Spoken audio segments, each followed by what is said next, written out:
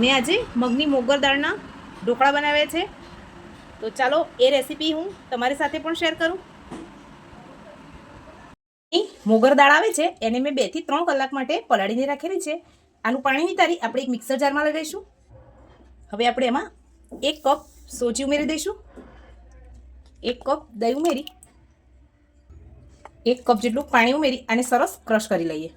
આપણે આ બેટરને સરસ ક્રશ કરી લીધેલું છે. હવે એક મિક્સિંગ બાઉલમાં નીકાળી લઈ ઢાંકીને 10 મિનિટનો રેસ્ટ આપી દઈએ. 10 મિનિટ થઈ ગઈ છે, આપણું બેટર સરસ ફૂલી ગયું છે. હવે એમાં આપણે સ્વાદ પ્રમાણે મીઠું ઉમેરી દઈએ. 1 થી 2 ચમચી જેટલું તેલ ઉમેરીશું, જેથી આપણા ઢોકળા ઠંડા થયા પછી પણ કોરા ના લાગે. બધું સરસ ફેટી લઈશું. આપણે હવે 1 પેકેટ ઈનોનું ઉમેરી એક જ ડાયરેક્શનમાં સરસ રીતે બેટરને ફેટી લઈશું. ઢોકળિયામાં તેલથી ગ્રીસ કરેલી થાળી રાખેલી છે, એમાં આપણે બધું જ બેટર ઉમેરી દઈએ.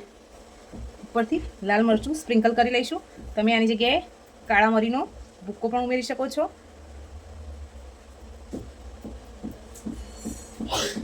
ઢાંકીને 10 થી 15 મિનિટ માટે કૂક થવા દઈએ. 15 મિનિટ થઈ ગઈ છે, આપણે એકવાર ચેક કરી લઈએ.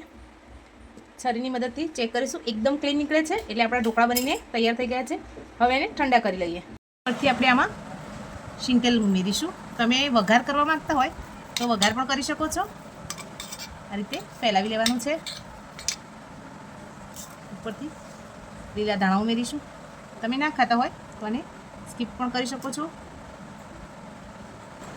હવે આના પીસ કરી અને સર્વિંગ પ્લેટમાં નીકાળી લઈએ. ફ્રેન્ડ્સ, આપણા મગની દાળના ઢોકળા બનીને તૈયાર થઈ ગયા છે. એકદમ સુપર સ્પોન્જી અને ટેસ્ટી અને હેલ્ધી પણ છે.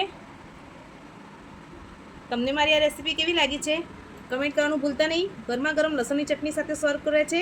તમને મારી આ રેસીપી મારી ચેનલમાં મળી જશે. રેસીપી ગમી હોય તો લાઇક, શેર અને સબસ્ક્રાઈબ કરવાનું ભૂલતા નહીં. Thank you.